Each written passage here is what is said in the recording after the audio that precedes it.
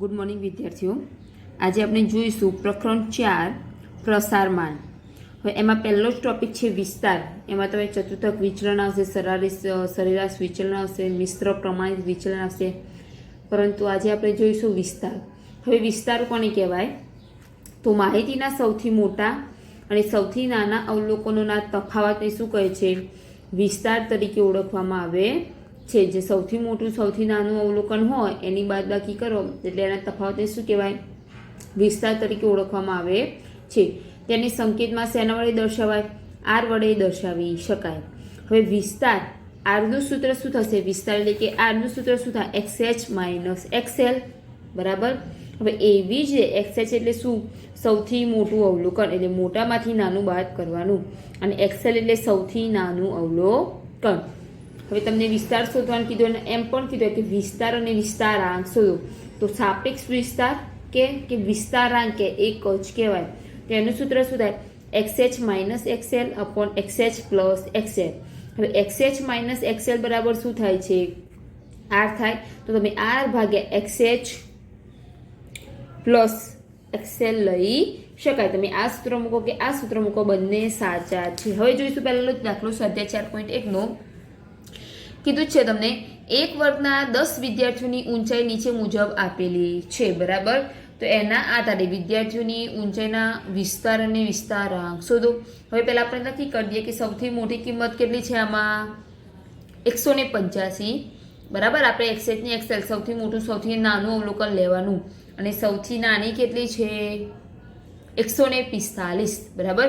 તો 185 મોટી અને 145 નાની. તો ચલો આપણે લખીશું. પહેલા દાખલો પહેલો જ છે, તો એક કરીને આપણે શોધ્યું. XH બરાબર કેટલા લીધા? 185, અને XL બરાબર કેટલા લીધા? 145, બરાબર. તો પહેલા શું શોધવાનું છે? વિસ્તાર. તો વિસ્તાર R બરાબર સૂત્ર શું થશે? XH minus XL. તો કેટલા આવશે? 185 માંથી 145 જાય, કેટલા રહેશે? 40 સેમી, બરાબર. આ વિસ્તાર થયો. હવે બીજું શું શોધવાનું કીધું છે? વિસ્તારાંક. વિસ્તારાંક લખો કે સાપેક્ષ વિસ્તાર લખો, બરાબર. એનું સૂત્ર આપણે લખી દઈએ. R ભાગ્યા XH પ્લસ XL. R કેટલું મળ્યું તમને? 40 મળ્યો, ભાગ્યા કેટલા આવશે? 185 પ્લસ 145, બરાબર. 40 ભાગ્યા કેટલા થશે? 330. તો જવાબ કેટલો આવશે અહીંયા? 0.12. સમજ પડી ગઈ? સૌથી મોટા અવલોકનમાંથી સૌથી નાનું અવલોકન બાદ કરવાનું. એવી જ રીતે લઈશું બીજા નંબરનો દાખલો. તમને આપેલું છે અહીંયા એક બસ કંપની 77 બસ શહેરમાં મુસાફરી માટે આપે છે. તો કોઈ એક દિવસ કોઈ એક સમયે બસમાં બેઠેલા સંખ્યાના નીચે આપેલા વિતરણ પરથી એક બસમાં મુસાફરી કરતા મુસાફરીની સંખ્યાનું વિસ્તાર અને વિસ્તારાંક શોધો. તો આપણે શેમાં જોવાનું? મુસાફરોની સંખ્યા કીધી છે, મુસાફરોની સંખ્યાનું વિસ્તાર અને વિસ્તારાંક કીધું છે. તો આમાં સૌથી મોટી સંખ્યા કઈ છે? 37, અને સૌથી નાની સંખ્યા કેટલી છે? 2. આપણે બસની સંખ્યાની કોઈ જરૂર નથી. આપણે છેલ્લે શું કીધું છે? મુસાફરોની સંખ્યાનું વિસ્તાર અને વિસ્તારાંક શોધો. તો XH બરાબર કેટલા થશે? 37, ને XL બરાબર કેટલા થશે? 2, બરાબર. તો અહીંયા લખીશું એવી જ રીતે XH બરાબર 37 અને XL બરાબર 2. રીત એક છે વિસ્તાર R બરાબર શું આવશે? XH minus XL. તો 37 માઇનસ 2 કેટલા આવશે અહીંયા? 35. એવી જ રીતે વિસ્તારાંક સૂત્ર શું થાય? આ લખો તો આપણને લખી શકાય XH minus XL, XH plus XL.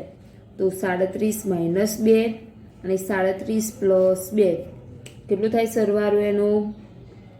37 minus 2, 37 plus 2, તો 37 માઇનસ 2 35, અને 37 2 39. તો જવાબ કેટલો આવશે અહીંયા? 0.90. ઓકે, બરાબર. આ બીજી રીતે આવી રીતે આપ્યું હોય ત્યારે કોષ્ટકમાં. હવે ત્રીજા નંબરનો દાખલો તમને આપ્યું છે અહીંયા કે એક શાળાના વિદ્યાર્થીઓના નીચે આપેલા ગુણના આવૃત્તિ વિતરણ પરથી વિદ્યાર્થીઓના ગુણનો વિસ્તારાંક શોધો. બરાબર. શું કીધું છે? વિદ્યાર્થીઓના ગુણ સંખ્યા આપેલી છે, આપણે શું જોઈએ છે? ગુણ.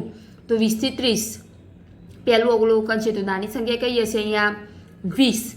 અને 70થી 80 તો મોટું અવલોકન કયું હશે? અહીંયા 80. વચ્ચેના અવલોકનની જરૂર નથી, આપણે તો મોટું અને નાનું. તો XH બરાબર કેટલા? 80. અને XL બરાબર કેટલા? 20. તો 80માંથી 20 બાદ કરી દેવાના. કેટલા મળશે? 60 મળશે તમને, બરાબર. અને વિસ્તારાંક કીધો છે તો 80 - 20 તો 60 ભાગ્યા, અને 80 + 20 તો 100 થાય, તો 80/100. તો જવાબ તમને કેટલો મળશે? 80/100 બરાબર 60/100 બરાબર કેટલો મળશે? 0.60.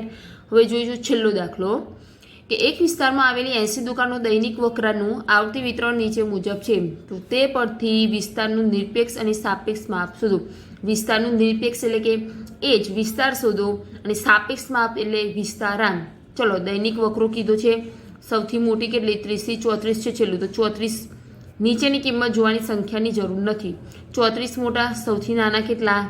5. તો 34માંથી 5 બાદ થશે, બરાબર. તો અહીંયા આપણે લખીશું ચોથા નંબરનો દાખલો. ત્રીજો આવી રીતે ગણવાનો છે, બરાબર. તો ચોથા નંબરના દાખલામાં જોઈશું XH બરાબર કેટલા છે? છેલ્લો આપણે XH બરાબર શું થાય? સૌથી મોટું અવલોકન થાય. તો છેલ્લો વર્ગ કયો છે? આપણે વર્ગ 30 થી 34, બરાબર. અને XLમાં વર્ગ 5 થી 9. તો XH બરાબર કેટલા આવે? 34 સૌથી મોટું, અને XL બરાબર કેટલા આવે? 5. તો ચલો પહેલાં જ R XH - XL 34 - 5 તો કેટલો આવશે જવાબ? અહીંયા 34માંથી 5 જાય એટલે 29,000, બરાબર. આ 29,000 આવ્યો.